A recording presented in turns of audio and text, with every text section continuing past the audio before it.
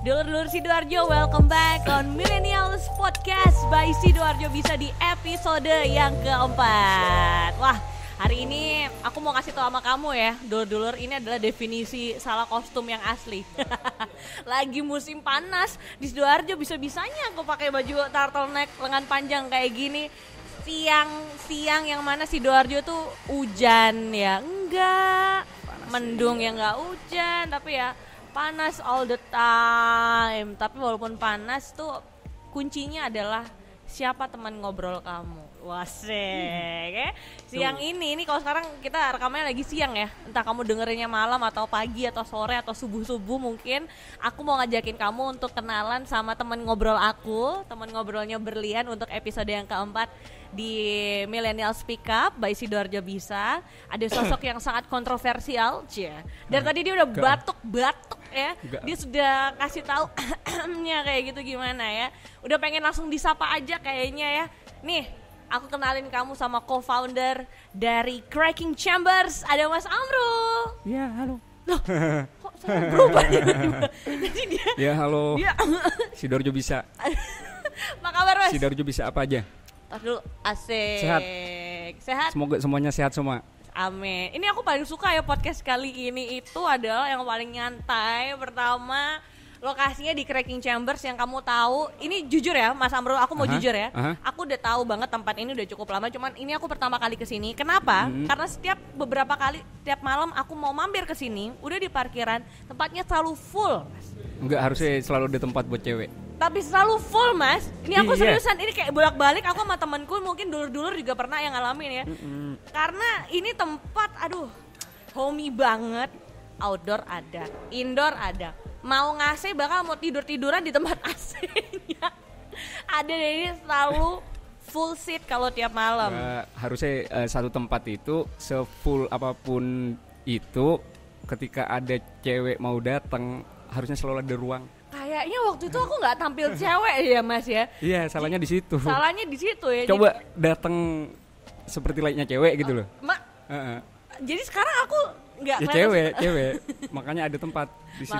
Makanya ada tempat di sini ya. Ada tempat juga buat dulur-dulur Sidoarjo yang pengen tahu nih kayak gimana sih ceritanya Cracking Chambers ini hadir di Sidoarjo, karena aku dapat kabar kalau Cracking Chambers ini adalah anaknya stasiun kopi ya. Kalau seperti di logonya atau di publikasi Cracking Chamber itu harusnya begitu, Cracking Chamber by Stasiun Kopi.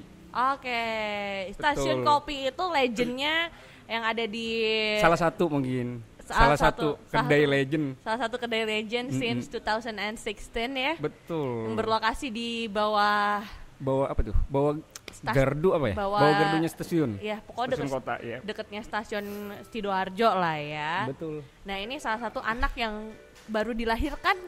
Kayaknya nggak baru-baru banget sih, soalnya kayak awal 2019, Januari 2019. Awal 2019. Betul. Berlokasi di Jalan Monginsi di Sidok Lumpuk. Kalau kamu nggak tahu tempatnya, dulur pokoknya masuk perumahan Bulur lah ya. Betul. Blukit. Dia masuk ya? Dari perumahan Blukit. Langsung kamu lihat di sebelah kiri jalan itu ada yang namanya Cracking Chambers. Ada kedai namanya Cracking Chambers. Asik. Spellnya susah. Ngejanya susah namanya. Memang sengaja sebenarnya. Kita suka keruwetan itu. Dengan keruwetan yang ada di Sidoarjo ini, betul, jadi paling suka juga dengan keruwetan nama ini juga ya. Betul. Terus manggilnya apa yang benar? Harusnya dia Cracking Chambers Coffee & Co. Kalau kita di Instagram singkat, kan gitu, iya kan? kita lebih suka nyebut dia dari abrevasinya apa, C4. Jadi dia C4 sebenarnya. Oke. C4 Cracking Chamber Coffee & Co. C4 itu bahan peledak. ini kalau makanya tamu-tamu dia, customer dia disebutnya C4 Blaster. Jadi peledak. Asik. Peledak bom. Pantes ya bawahnya di sini tuh pengen meledak aja dari pertama karena aku saltum gerang. Betul, panas dia. C4 itu aneh gitu. Tapi hawanya. Aku suka di area outdoornya dari tadi tuh anginnya sepoi-sepoi banget. Outdoornya sengaja di setting begitu ketika orang-orang berlomba-lomba menjadi bangun-bangunan pakai tampil modern minimalis yang putih-putihan gak apa. Kita tampil industrial tapi outdoornya beda. Kita bikin agak menghutan. Idenya dari mana, Mas? idenya dari hutan. Dari hutan. Kita bawa hutan itu ke permainan kedai, makanya dia outdoornya penuh dengan bunga, penuh dengan tumbuhan besar. Wah. Harusnya bisa jauh lebih hutan daripada itu sebenarnya. Harusnya ya. Cuma nanti takutnya orang ngeliat loh, ini apa nih jualan tanaman kayak yang sekarang lagi booming kan? Betul. Orang-orang kan di Instagram sekarang pada ini ya Mas ya. Ya, lagi pelihara monstera, jandu bolong. Aku suka jandu bolong tapi susah nyarinya. Aku kayaknya agak susah Mas. Jangankan ngerawat tuh nama-nama tumbuhan, ngerawat hati aja susah daripada saya ngerawat makhluk hidup lagi. Betul. Mending ngerawat diri sendiri dulu kali ya. Betul. Tapi ngomongin soal ngerawat diri, ada yang bilang kalau minumlah kopi paling nggak setiap pagi itu bisa menjaga mood kamu. Itu menurut Mas sendiri gimana? Bisa aja iya sebenarnya. Bisa ya. Bisa tapi aja iya. Dirimu minum kopi tiap hari? Aku minum kopi ya tiap hari minum kopi tapi nggak harus berapa kali sehari. Nggak harus berapa kali sehari. Saya nggak segila itu di kopi sebenarnya. Oh ya? Tapi kan dirimu co-founder. Iya maksudnya gini loh, nggak seserius itu di kopi. Kopi nggak pernah serius, tapi hal-hal di sekitarnya yang jauh lebih serius sih sebenarnya. Kopinya itu nggak pernah serius. Kopinya nggak pernah serius. Nggak pernah serius. Hubungan yang serius, relasi. Ya, hal-hal di luaran itu yang harusnya kita serius gitu. Itu yang harusnya diseriusin ya. Betul, di permainan kedainya mungkin, di cara kita melayani tamu-tamunya mungkin, ya kan?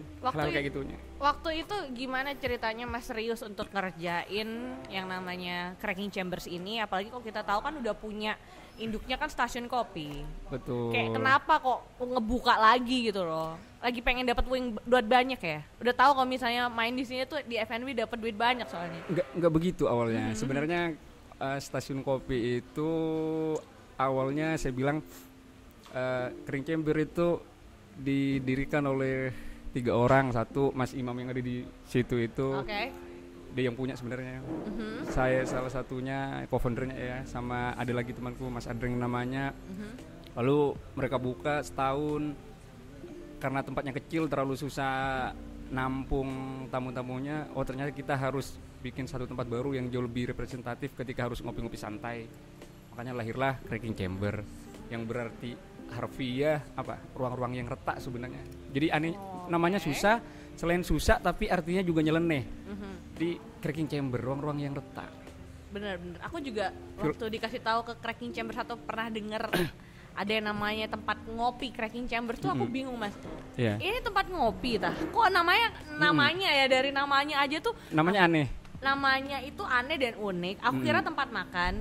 Cracking Chambers tuh aku mikirnya tuh kayak ini paling ini kali ya apa sih makanan yang sayap-sayapan tuh loh Mas, yang kayak wings kayak ya ngerti nggak sih maksudku kan dari namanya itu kan. Makanya kalau kita lihat dari logonya Cracking Chamber itu ada ruangnya yang kita retakin dengan 2 inisial dia CC ya kan, diretakin jadilah itu Cracking Chamber. Orang sama juga dengan kita gini filosofi itu, kalau arti harfiahnya gitu orang-orang retak. Kalau jauh ditarik lebih filosofis sebenarnya itu ada lagi sebenarnya. Apa tuh? Jadi saya bilang setiap kita itu otak harus retak menurutku kayak gitu. Pikiran kita harus retak enggak harus pun kita bakal retak karena masalah gitu. Biar apa? Ya retakin, keluarin biar kita gampang ngisinya sebenarnya kayak gitu. Asik. Filosofis banget. Iya, kalau dia dari permainan hulu, maksudnya permainan hulu di kopi, hulu hilir. Kalau kata anak kopi selalu ada jarak yang terlalu jauh antara orang hulu, industri hulunya kopi sama industri hilirnya kopi.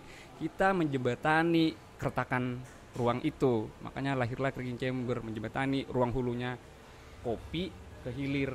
Asik. Makanya di kedai itu di samping barnya kita tanam kopi, di samping roasterynya kita tanam kopi, bahkan di lantai atasnya kita bikin drying room untuk ngeproses kopi. Jadi apa-apa yang bisa kita lihat di hulu di permainan kopi itu bisa kita lihat juga di Cracking Chamber ternyata. Kayak gitu. Kita jembatan dari itu semua. Soalnya kan biasanya kalau kita ke coffee shop biasanya tuh biji kopinya ada tempat buat naruh sendiri ya Mas. Ini tuh kayak ada, kita bisa kalau kita mau ke ruangan yang indoor yang AC ada. Ya kan tadi Mas bilang depan bar pun ada, deket roasterynya ada. Emang sengaja gitu atau bikin teori baru nih Mas untuk nyimpan kopi Mas? Sengaja paling enggak enggak dapat apa-apanya kita datang ke Cracking Chamber. Oh, kita masih bisa lihat pohon kopi bahkan di samping barnya di dalam ruangan gitu. Benar. Kalau kita tarik jauh lebih keluar, oh ternyata kita bisa tahu bahwa kopi itu dari biji beras lalu dia jadi roast bean yang kita sebut itu dalam bentuk masih biji, oh di sana tempatnya gitu. Kalau di musim panen, oh ternyata kita bisa lihat perjalanan kopi dari pohonnya, dari apa istilahnya, harvest to cup lah. Dari dia dipetik lalu dia diproses pasca panen seperti apa, itu ada di ruang atasnya kayak gitu. Jadi kita menjembatani keretakan ruang antara ruang hulu dan ruang hilir. Itu cracking chamber. Kamu mendobrak itulah ya, bisa dibilang cracking chamber mendobrak itulah ya. Betul, itu filosofisnya begitu. Kalau kita tuh bisa ngopi di mana aja, asik. Ya, kita bisa ngopi di mana aja. Dan nyimpen kopi itu di mana aja juga. Enggak harus. Kopi terlalu sensitif untuk bisa berada di mana aja sebenarnya. Makanya kopi-kopi tertentu dari cara dia storage-nya, dari cara dia nyimpan dalam bentuk apapun itu, dia beda perlakuannya. Oke. Sebelum kita ngomongin soal kopi lebih panjang lagi ya, ini kayaknya di depan aku sudah ada suguhan dari Cracking Chambers. Ini boleh kasih tau Mas ini apa ya? Kalau panas-panas kayak gini betul minuman yang agak tropikalan kayak gitu. Itu ini apa nih? Isinya penuh kiwi itu. Aku minum dulu boleh nggak? Kalau boleh tak kasih tahu isinya itu kiwi gitu sama vanilla ice cream mungkin gitu. Ini kalau diminum pas panas-panas gini asik. Harusnya dari tadi aku minum ini ya Mas ya. Kamu sih nggak mempersilahkan aku. Dia mengisi ruang-ruang di tenggorokan kita itu. Kalau di depannya Mas tuh apa? Ini apa nih? Ini apa tadi? Apa? Ayo. Silver Blaster paling nih. Dia kopi sama white coklat sama sirup. Sama kopi sirup. Asik ya. Tapi kita jauh lebih, kalau di Cracking Chamber sendiri karena setting dari awalnya memang dia selalu mengagung-agungkan permainan manual brewing daripada minuman lainnya. Top one-nya Cracking Chamber itu sejak berdiri selalu di minuman-minuman kayak gini, di manual brew-nya.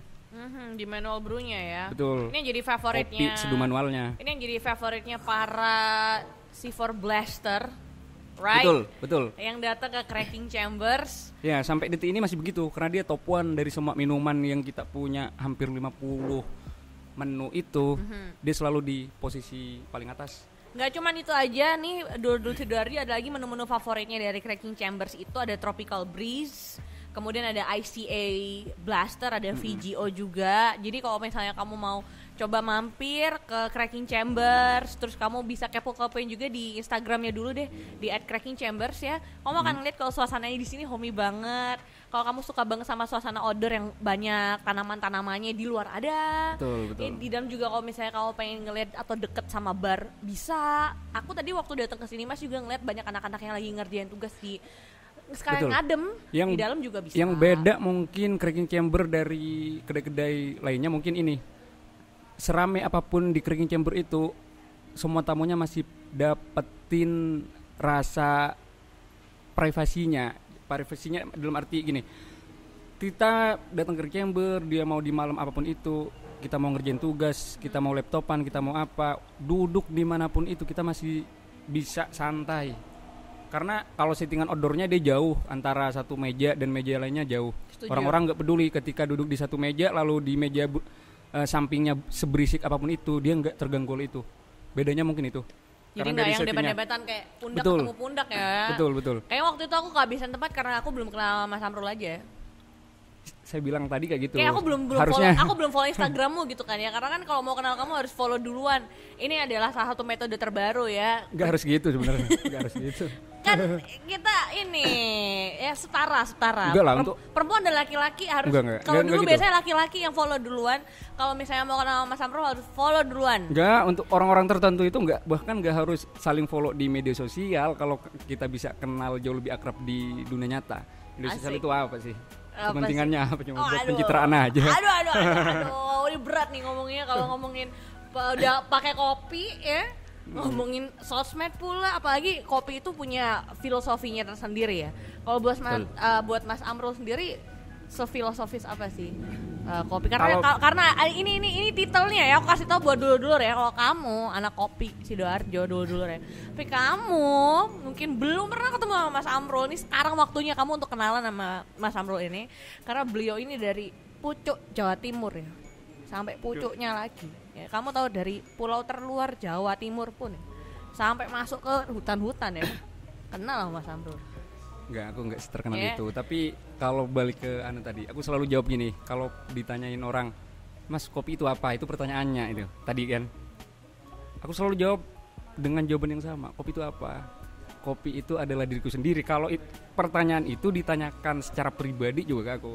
Jadi, kopi itu adalah diriku sendiri. Maksudnya gini. Saman perlu jawaban filosofis. Siapa yang mengenali dan mengetahui dirinya itu keren menurutku. Kenapa? Karena semua sumber ilmu pengetahuan dari situ. Kita harus mengenali siapa sih kita itu. Makanya pertanyaan kopi itu apa ya? Kopi itu diriku sendiri. Karena dari kopi itu aku tahu banyak hal. Karena dari kopi itu ternyata aku bisa kenal sama sampean. Ternyata aku bisa kenal sama semua Sidoarjo bisa. Sidoarjo bisa. Sama semua Silver Blaster sama siapapun itu. Jadi banyak hal yang ku kerjain ya dari itu sebenarnya. Pertanyaan kopi itu apa ya? Kopi itu ya diriku sendiri. Kopi itu ada dirimu sendiri gitu. Di situ sumber dari semua ilmu pengetahuan dari situ. Saking kopi adalah dirinya Mas Amrul itu sendiri ya. Kalau kamu tanya kegiatannya Mas Amrul, "Mas, Senin sampai Minggu di mana?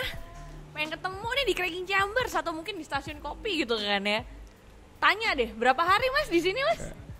Hari kalau secara pribadi aku hari jauh lebih banyak di hutan sebenarnya. Di hutan kan?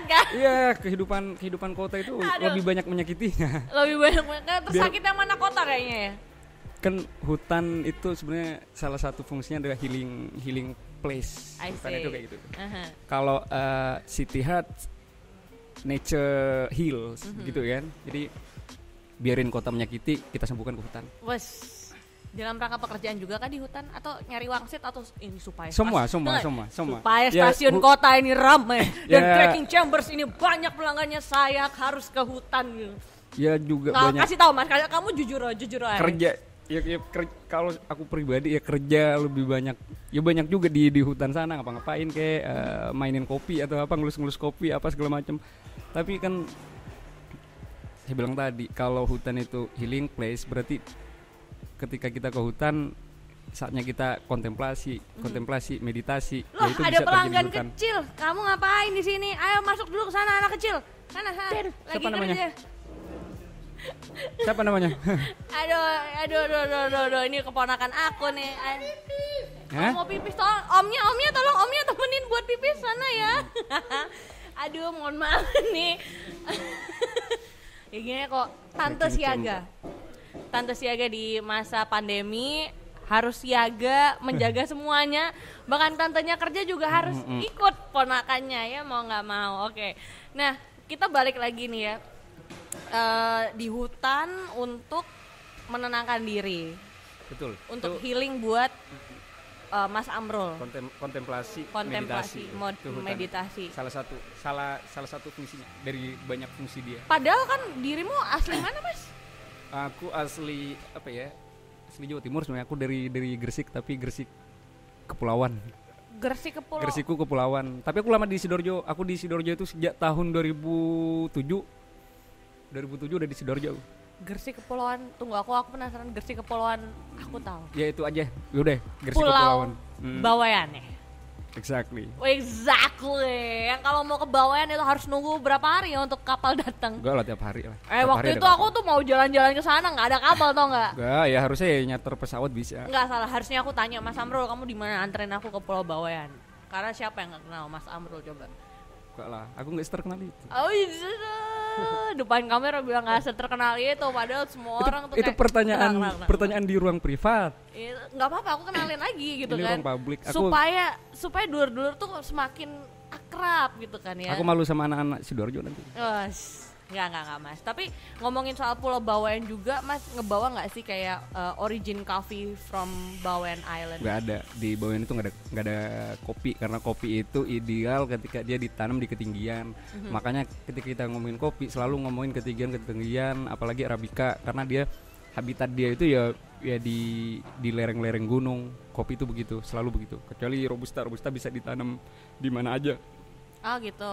Kalau kita ngomongin Arabica yang bermain, maksudnya cracking chamber yang bermainnya lebih banyak Arabica, ya kita selalu ngomongin ketinggian.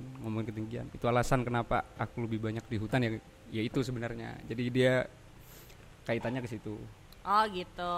Oke. Nah, kembali lagi nih ke cracking chambers ya. Ini kan Betul. tahun 2020 ya 2020. Mas ya.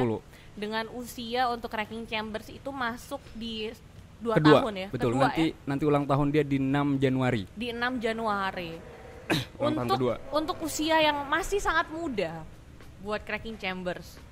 Blur Betul. masuk 2020 pandemi. Betul, ya itu. Kita makanya kalau ada pertanyaan di musim-musim pandemi itu, bagaimana kita survive di musim-musim itu, sebenarnya susah betul. Kenapa? Lah di masa-masa PSBB yang kita cuma boleh take away, nggak boleh dine in, itu dengan cara apa kita? Pakai strategi apa? Itu bakal kesusahan karena Sidoarjo sendiri beda kan mungkin dari kota-kota besar yang permainan take away-nya sudah jalan. Mungkin kita pakai semua yang apa? Gaya beli apa itu? Onlinean itu bakal kesusahan juga. Mungkin bisa 5-10 aja sehari orang beli take away yang pakai ojol. Kayak gitu-gitu kita sudah mending kan di musim itu. Tapi sekarang alhamdulillah lah. Udah balik lagi ya. Harusnya udah balik. Kalau kita lihat hari-hari atau tiap malam di semua kedai di Sidoarjo, kehidupan kedainya tak akui dia paling gila sendiri deh. Jadi mungkin puncak hype-nya, puncaknya kehidupan kedai di Sidoarjo itu ya di musim-musim ini, di beberapa bulan terakhir ini. Betul. Kalau menurut Mas Amro, kalau ada dulur-dulur dari Sidoarjo bisa yang pengen ngebuka kedai kopi di masa sekarang ini, cocok nggak? Atau jangan, ini kondisinya masih kayak gini. Kalau di Sidoarjo justru ini momennya. Kalau di Sidoarjo, kita nggak ngomongin kota lain ya. Kalau di Sidoarjo justru ini momennya ketika semua anak-anak sekolah belum bisa masuk sekolah seperti biasa, anak-anak yang kuliah, anak Sidoarjo yang kuliah sekarang lagi di Sidoarjo semua, yaitu momennya. Ketika kita buka hari-hari ini, kita ketemu momen itu, kita benar bukanya. Daripada mungkin 3 bulan 4 bulan yang lalu, atau besok-besok mungkin beda lagi ketika semua udah jadi normal. Justru kehidupan kedai ini kehidupan kedainya di Sidoarjo ini normal dalam ketidaknormalan kan. Jadi dia posisinya normal kehidupan kedainya, tapi ada di keadaan yang tidak normal. Keadaannya tidak normal, kehidupan kedainya normal.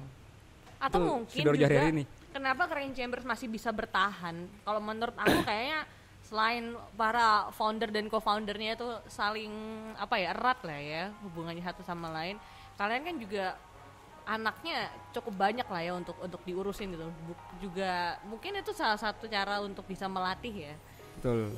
Untuk bertahan gitu nggak sih Mas? Ya harusnya kayak gitu. Kalau anak-anak cracking chamber itu dia bekerja di cracking chamber syaratnya cuma satu sebenarnya.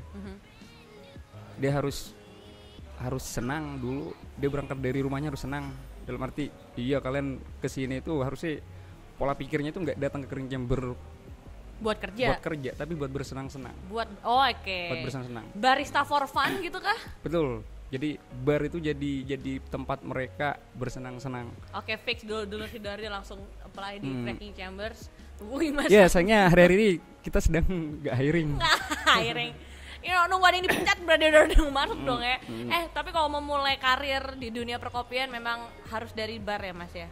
Harus dari barista dulu. Lebih banyak anak di kopi itu belajar kopi jauh lebih dalam ya dari situ sebenarnya. Karena kita orang kota kan, bukan kota yang produsen kopi. Kalau kita di hulu mungkin orang-orang ya dari nanam lah. Maksudnya industri ini bisa jalan kan karena ada yang nanam. Kan gitu kan. Karena ada yang nanam kopinya. Kalau kita di atas sana ya memulainya dengan cara apa ya? Jangan ngebar lah, memulainya ya nanam kopi. Berarti Mas kalau misalnya kita mau mulai di industri kopi atau mungkin kamu pengen bisa lebih berkarya di dunia perkopian, harus bener-bener turun ke hulu? Nggak harus juga. Harus ngerti di bar tuh gimana, di roastery-nya gimana? Itu kalau jauh lebih dalam, tapi kita maksudnya barista itu dia bisa keren bahkan ketika dia keren di belakang barnya aja sebenarnya itu udah keren. Maksudnya pengetahuan dia tentang apa yang dia kerja di belakang bar itu tahu banyak hal, dia ya keren gitu. Tapi kan saya bilang tadi kopi itu tentang hulu dan hilir, karena dia nggak kopinya nggak ditanam di hilir kok, kopinya ditanam di hulu sana itu, di atas sana itu. Makanya ada banyak tahapan lagi ketika kita mau level up knowledge-nya, mungkin mau scale up itu. Oh iya, di belakang bar kita keren di belakang bar aja nggak cukup kalau di kopi. Oh ada lagi kok kalau kita mau naik kemana, oh ada ruang roasting, oh ada lagi ruang processing, seterusnya begitu. Kalau kita mampu memahami itu semua ya itu paripurna, mungkin kerennya mungkin anak kopi ya. Paripurnanya di situ ketika dia mampu memahami apa yang terjadi dari kopi itu ditanam sampai kopi itu kita nikmati dalam bentuk seduhan, mungkin kayak gitu. Jadi paling nggak harus ngerti lah ya. Betul. Asal muasalnya gimana, kita harus ngerti itu dulu, karena kan zaman sekarang banyak orang yang udah ngerasa keren nih, udah pakai apron di bar, yang penting cakep gitu kan. Yeah. Ada juga beberapa tempat ngejual baristanya yang penting mukanya oke. Gitu kan ya. Tapi itu nggak salah juga sebenarnya, kan strategi marketing juga mungkin ya kan. Ketika kalau hari-hari ini jelas kok di Sidoarjo pun kita berlomba-lomba punya barista yang cakep secara look. Tapi kan itu nggak selesai sebenarnya, itu bisa kita tambah lagi dengan apa value-nya, dengan pengetahuan mereka tentang kopinya, tentang apa-apa yang mereka kerja di belakang bar itu. Cantik aja ternyata nggak cukup, ganteng aja ternyata belum cukup gitu. Kita terlalu kompleks ketika harus ngomongin kopi dan industrinya gitu. Asik, tapi juga ada skill di dalamnya. Betul, ya. betul. Cakep bisa dipoles, skill itu yang menjual. Skill itu karena praktek mungkin. Asik. Ya kan, harapannya Mas Amrul apa nih buat dunia perkopian di Sidoarjo, atau buat Cracking Chambers juga khususnya ya, dari Mas Amrul secara personal as a co-founder Cracking Chambers? Kalau Cracking Chamber moga-moga aja lah dia kedepannya tambah jauh lebih keren, tambah jauh lebih dikenal banyak orang, mungkin dari hal-hal positifnya. Kalau di Sidoarjo sendiri hari-hari ini aku suka betul sama geraknya anak-anak kopi di Sidoarjo, sama gairahnya ngalahin kota sebelah. Wah, asik. Gairahnya hari-hari ini anak-anak kopi Sidoarjo itu tak aku itu keren, karena kita mampu bergerak bareng gitu, mampu ada di satu gairah yang sama itu, di industrinya gitu. Dan jangan lupa untuk mampir ke Cracking Chambers. Makanya kalau hari ini kita datang di hampir semua kedai di Sidoarjo kan, ramenya ampun kan, apalagi malam Sabtu malam Minggu, weekend itu kapok kita datang. Aku nggak peres kan kalau aku bilang di sini selalu rame, bahkan sebelum pandemi pun. Tapi yang lain juga ramai kok, yang lain juga ramai. Iya dong, pastilah. Ya, tapi kalau Cracking Chambers kayaknya kamu harus reserve dulu. Kalau Cracking Chamber kalau di Sidoarjo dia si berada. Blasternya udah parah sih di sini. Kalau Cracking Chamber kan berada di tempat yang jauh dari mereka semua sebenarnya. Iya, benar. Kita kan the one and only. Ya, jadi jatuhnya Cracking Chamber versus everybody. Versus everybody. Ya udah deh, kalau gitu jangan lupa dulu untuk follow Instagram @crackingchambers, atau langsung mampir aja ke Cracking Chambers ya. Kamu masuk ke daerah perumahan Blue Kit atau Bluru, lihat aja sebelah kiri udah ada tulisan Cracking Chambers, masuk aja, mampir aja, you are welcome here. Minumannya enak-enak di sini, mau yang kopi yang non kopi ya, harganya juga affordable banget. Pas buat dulur-dulur yang mau sambil ngerjain tugas mungkin, atau mau meeting, mau outdoor, mau indoor, semuanya masuk lah ya. Alamatnya di mana Mas? Lengkapnya? Jalan Mongin Sidi, Kafling DPR A1 nomor 1 Sidoklumpuk. Asik, itu dia. Pas di depan SDN 1 Sidoklumpuk. Nah, pas lah ya. Betul. Yaudah deh kalau gitu Mas Amrul, suon yo. Sama-sama. Ya. Makasih senang banget bisa ikut podcastnya Sidoarjo Bisa. Ini gawenya anak-anak muda Sidoarjo. Asik. Aku selalu suka ketika ada anak muda yang berani tampil terbuka. Enggak, tampil ngelangkah jauh lebih tertutup aku jauh ini. lebih besar daripada langkah-langkah sebelumnya. Oh iya, kita doain lah ya Mas ya, nanti next kita bisa kerja sama lagi, atau kita bisa main-main lagi ya ke tempat mainnya Cracking Chambers. Sukses buat Cracking Chambers, sama buat founder-foundernya. Sukses juga buat Sidoarjo Bisa, dan ya Sidoarjo, anak-anak Sidoarjo pada umumnya lah. Asik ya. Yaudah deh, thank you juga buat dulur-dulur Sidoarjo yang udah nonton, yang udah ngedengerin juga kita di Spotify. Jangan lupa untuk selalu update sama kita. Keep in touch lewat Instagram di @sidoarjobisa.id, YouTube kita ada di Sidoarjo Bisa channelnya. Di Spotify kita kamu cari aja Millennial Speak Up punyanya Sidoarjo Bisa. Yuk kita dadah dulu Mas sama dulur. Bye. Halo. See you on the next episode ya. Millennial Speak Up. Iya, anak muda. Ini pesan. Oh pesan terakhir. Oh pesan iya. terakhir berarti belum pamitan. Iya, pesan terakhir. Anak muda itu menurutku ya harus itu sesuai namanya tadi millennial speak up. Anak muda harus berani mengucapkan pikirannya itu. Asik. Keluarkan pikirannya. Iya, keluarkan itu tapi pertanggungjawabkan itu. Ya setuju banget ya. Mau pikirannya yang bersih, yang kotor jangan. Nanti bisa kayak yang Gak apa-apa lah, selama dia mampu mempertanggungjawabkan itu gak apa-apa. Ucapkan aja semua kalau- apa yang ada di pikiran. Kan itu kan speak up kan. Speak up